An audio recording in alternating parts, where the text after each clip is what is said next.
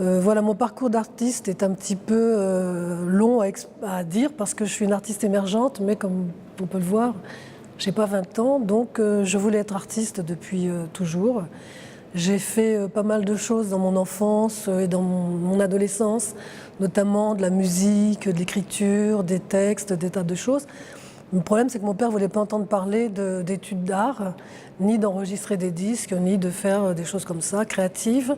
Ce qui fait que finalement, j'ai pas pu, j'étais majeure à 21 ans, je me suis inscrite à une fac de psycho, ce qui m'a permis, en fait, grâce aux études de motivation, de rentrer dans la publicité.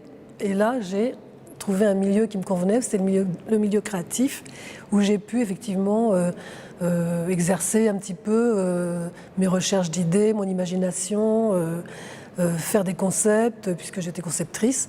Et donc ainsi, j'ai pu durer comme ça, sans être trop frustrée par ce manque d'études que j'avais, mais avec toujours en arrière-fond d'un jour m'y mettre. Et donc je m'y suis mise. Entre-temps, j'ai écrit des livres, j'ai fait des chansons, j'ai continué à faire des choses comme ça. Et je me suis mise à la peinture, au dessin, disons vers la cinquantaine, quand j'ai été poussée dehors par ce métier qui ne prend que des jeunes. Et là, je me suis mise à prendre des cours de dessin, de peinture, et j'ai commencé à exposer chez moi aux portes ouvertes d'Ivry, parce que j'habite à Ivry.